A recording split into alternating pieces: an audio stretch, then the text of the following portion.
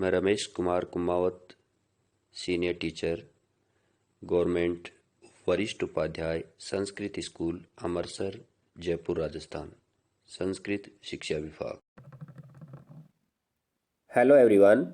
कक्षा 10 विषय विज्ञान, अध्याय 11 मानव नेत्र तथा रंग बिरंगा संसार। पिछले पार्ट 1 में हमने अध्ययन किया था नेत्र की संरचना, मानव नेत्र की संरचना को लेकर के, मानव नेत्र के कौन कौन से भाग होते हैं उन सब को लेकर के चर्चा की थी। आज हम इसमें एक नया टॉपिक को लेकर चर्चा करने वाले हैं, जो है अपना नेत्र की समंजन क्षमता। नेत्र की समंजन क्षमता क्या होती है, इसके बारे में चर्चा करते हैं। अभिनेत्र लेंस रेशेदार जेलीवत पदार्थ का बना होता है। इसकी वक्रता में कुछ सीमाओं तक पक्षमापी पेशियों द्वारा रूपांतरण किया जा सकता है। अभिनेत्र लेंस की वक्रता में परिवर्तन होने पर इसकी फोकस दूरी भी परिवर्तित हो जाती है। जब पेशियां शिथिल होती है तो अभिनेत्र लेंस पतला हो जाता है। इस प्रकार इसकी फोकस दूरी बढ़ जाती है। इस स्थिति में हम दूर रखी वस्तुओं को तो स्पष्ट देख पाने में समर्थ होते हैं। जब आप आंख के निकट की वस्तुओं को देखते हैं तब पक्षमापी पेशियां सिकुड़ जाती हैं।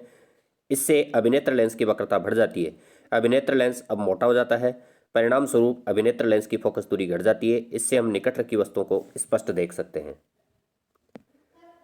अभिनेत्र लेंस की वह क्षमता जिसके कारण वह अपनी फोकस दूरी को समायोजित कर लेता है, नेत्र की समंजन क्षमता कहलाती है। पूछा जा सकता है नेत्र की समंजन क्षमता से आप क्या समझते हो, या नेत्र की समंजन क्षमता को परिभाषित कीजिए। तो अभिनेत्र लेंस की वह क्षमता, वह कैपेसिटी जिसके कारण वह अपनी फोकस दूरी को एडजस्ट कर लेता है, वो नेत्र की समंजन क्षमता कहलाती है।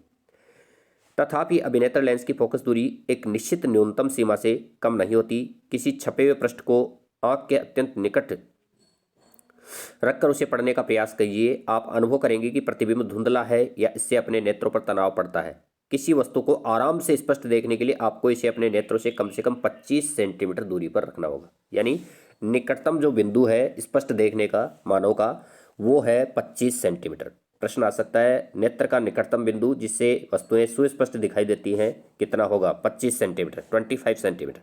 वह न्यूनतम दूरी जिस पर रखी कोई वस्तु बिना किसी तनाव के अत्यधिक स्पष्ट देखी जा सकती है, उसे सुस्पष्ट दर्शन की अल्पतम दूरी कहते हैं। इसे नेत्र का निकट बिंदु भी कहते हैं। किसी सामान्य दृष्टि के तरुण वयस्क के लिए निकट बिंदु को आंख की दूरी से लगभग 25 सेंटीमीटर होती है। वह दूरतम बिंदु जिस तक कोई नेत्र वस्तुओं को सुस्पष्ट देख सकता है, नेत्र का दूर बिंदु यानी फार पॉइंट कहलाता है। सामान्य नेत्र के लिए अनंत दूरी पर होता है। यानी फार पॉइंट की बात करें, निकटतम बिंदु हमने बात करी थी 25 सेंटीमीटर, तो इसका फार पॉइंट है, यानी जो सुस्पष्ट देखने की जो अनंत दूरी है वो अनंत बिंदु पर देखी जाती है। यानी दूरतम बिंदु फार पॉइंट है अनंत पर।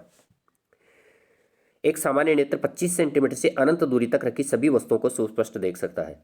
तो निकटतम बिंदु हो गया 25 सेंटीमीटर और दूरतम बिंदु हो गया इसका अनंत पर। कभी कभी अधिक आयु के कुछ व्यक्तियों के नेत्र का क्रिस्टलीय लेंस दूधिया और धुंधला हो जाता है। इस स्थिति को कैटरेक्ट यानी मोतियाबिंद कहते हैं। इसके कारण नेत्र की दृष्टि में कमी या पूर्ण रूप से दृष्टि क्षय का संभावना हो जाती है। मोतियाबिंद की शल्य चिकित्सा ही इसका उपचार है, यानी ऑपरेशन के द्वारा शल्य क्रिया करके इसको ठीक किया जाता है। मोतियाबिंद की समस्या वृद्धावस्था में ज़्यादा देखी जाती है।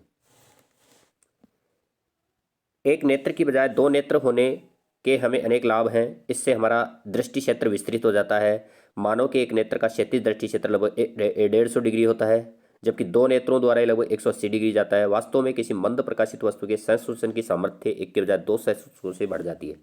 शिकार करने वाले जंतुओं के दो नेत्र प्राय उनके सिर पर विपरीत दिशाओं में स्थित होते हैं, जिससे कि उन्हें अधिकतम विस्तृत दृष्टि क्षेत्र प्राप्त हो सके, परंतु हमारे दोनों नेत्र सिर पर सामने की ओर स्थित होते हैं। इस प्रकार हमारा दृष्टि क्षेत्र तो कम हो जाता है, परंतु हमें त्रिविम चाक्षुकों का लाभ मिल जाता है। 3D में देख सकते हैं। नेत्र बंद कीजिए, आपको संसार चपटा केवल द्विविम यानी 2D दिखाई देगा। दोनों नेत्र खोलिए, आपको संसार की वस्तुओं में गहराई की 3D इमेज दिखाई देगी। क्योंकि हमारे नेत्रों के बीच कुछ सेंटीमीटर का पृथक्करण होता है, इसलिए प्रत्येक नेत्र किसी वस्तु का थोड़ा सा भिन्न प्रतिबिंब देखता है। हमारा मस्तिष्क दोनों प्रतिबिंबों का संयोजन करके एक प्रतिबिंब एक बनाता है। इस प्रकार अतिरिक्त सूचना का उपयोग करके हम ये बता देते हैं कि कोई वस्तु हमारी कितनी पास है या कितनी दूर है।